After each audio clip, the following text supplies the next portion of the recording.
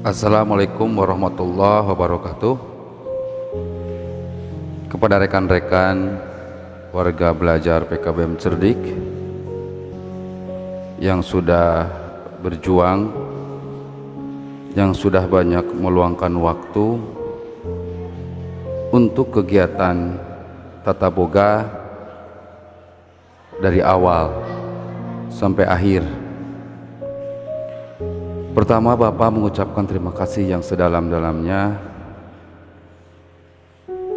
karena sudah rela meluangkan waktu jauh dari keluarga, jauh dari anak, dan mengorbankan waktu dari waktu-waktu yang berharga.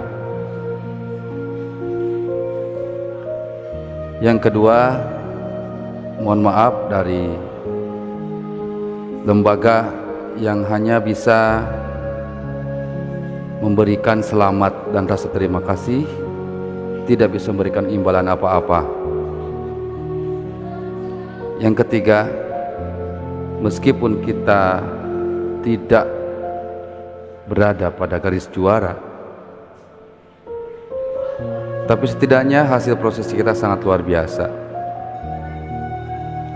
Bahkan yang saya lihat tadi, stand kita penuh oleh orang, stand kita diborong oleh wali kota Tasikmalaya. Oleh karena itu, sekali lagi terima kasih yang sedalam-dalamnya dan jangan kapok. Assalamualaikum warahmatullahi wabarakatuh.